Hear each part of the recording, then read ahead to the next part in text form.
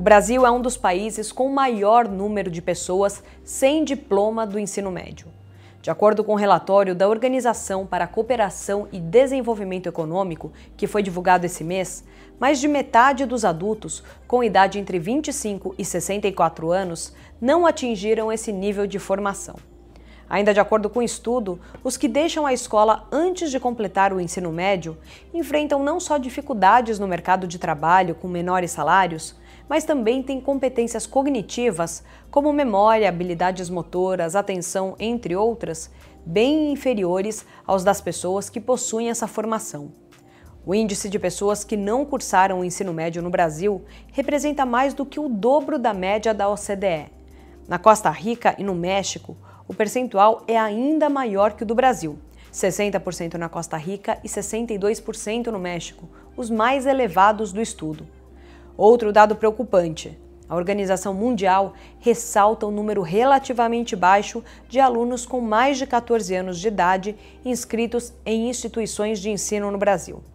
Os números mostram também que só 69% dos jovens entre 15 e 19 anos e 3 em cada 10 pessoas entre 20 e 24 anos estão matriculados. A média nos países da organização é de 85% entre 15 e 19 anos e 42% entre 20 e 24.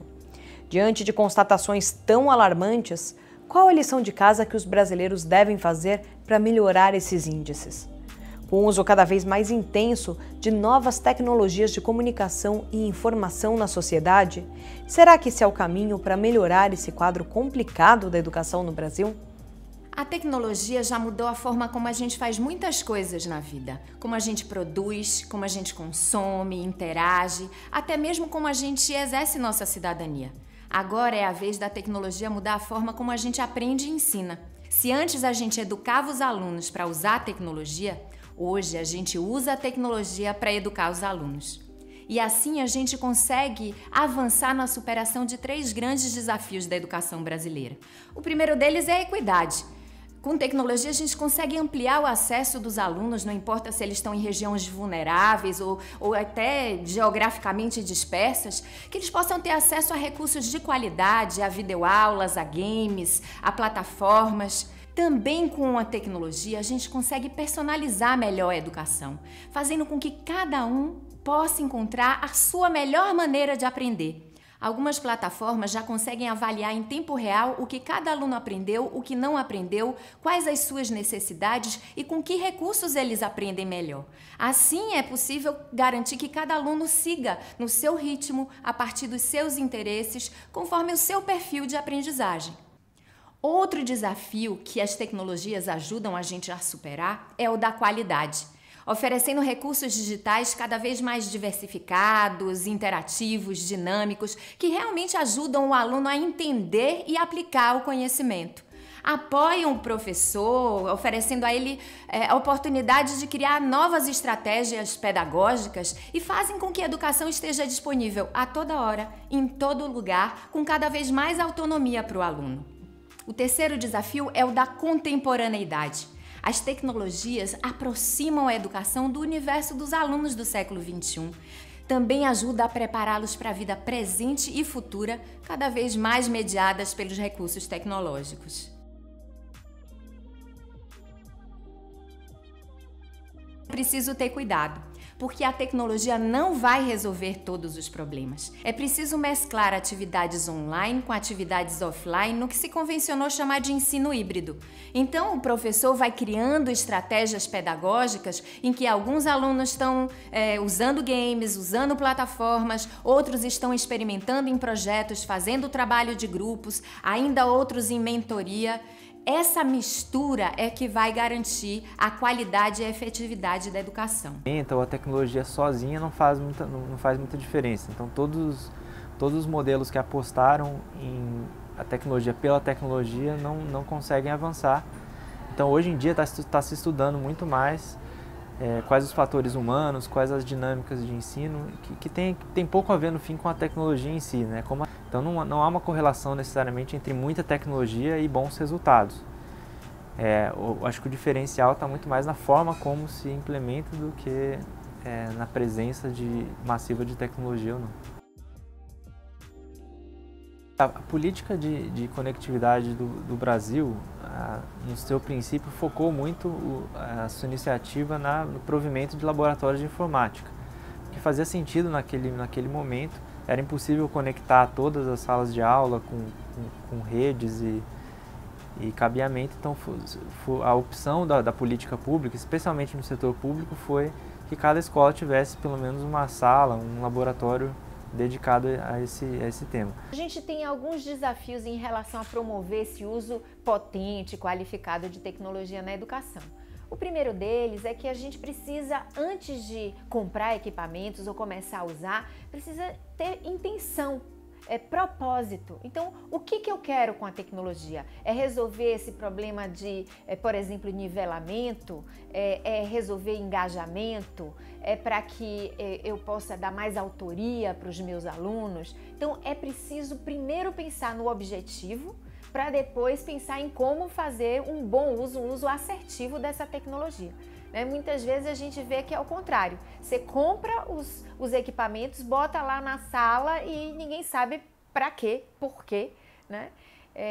Uma outra questão importante é garantir que esses equipamentos sejam utilizados nas melhores condições possíveis. Então, tem que ser equipamentos hoje em dia com alta conexão para a internet, né? Não dá para ser hoje. Os tipos de recursos digitais de aprendizagem, eles são em vídeos interativos, com jogos, então exigem uma velocidade, uma potência de internet que não pode ser 1, 2 mega que você usava só para fazer pesquisa em um buscador, né? Outra coisa, é fundamental também a gente eliminar essa ideia de laboratório de informática, porque a tecnologia não pode ser algo extraordinário, que você faz um dia na semana, um dia no mês. A tecnologia tem que ser algo mais orgânico, que participa ali da vida, do cotidiano dos alunos, dos professores, a todo momento. Então, tem que ser tecnologias móveis que possam circular, assim como o caderno, como o livro, né? Possam ir para as salas, para os outros espaços da escola, serem usados com mais frequência. Às vezes, se não um equipamento oferecido pela escola, mas o próprio celular do aluno muitas vezes pode ser bem utilizado se for realmente proposta uma atividade interessante, se forem feitos os combinados, né, para que eles possam usar também seus próprios celulares. Mas tem uma questão que é a mais importante de todas, que é a formação do professor, né? O professor precisa saber como que a tecnologia pode ajudá-lo.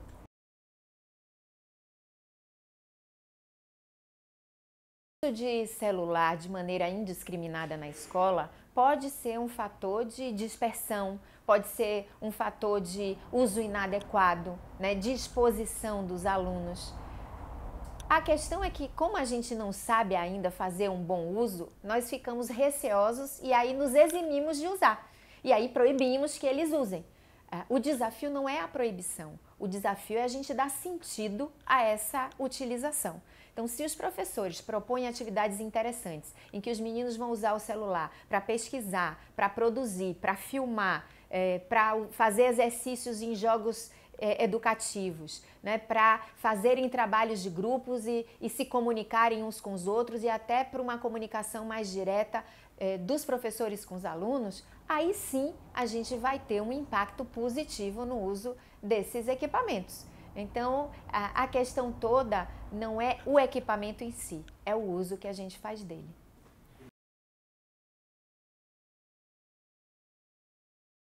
Olha, acho que um primeiro desafio que já foi bastante relatado na literatura e nas pesquisas que a gente tem feito é que de prover a escola com infraestrutura só não basta. Então, a gente tem visto que escolas, modelos que optaram por entrada de tecnologia simplesmente na instalação de computadores e de internet não funcionam necessariamente.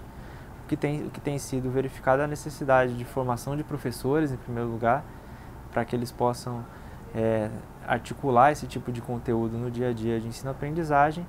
E outra área super importante é a questão dos conteúdos. Então, há muitos conteúdos que ainda não estão adaptados ou não estão devidamente associados a esse tipo de tecnologia. A gente às vezes tem um propósito, mas não tem a formação de professor. Ou tem a formação de professor, mas não tem uma boa conexão à internet, um bom equipamento. Ou então, às vezes, a gente não tem bons objetos digitais, recursos digitais de aprendizagem. Então, é fundamental que todos esses aspectos sejam pensados e planejados de forma articulada para que efetivamente a gente tenha o resultado. Porque muitas vezes a intenção é boa, a tecnologia tem potência, mas a implementação não é bem feita.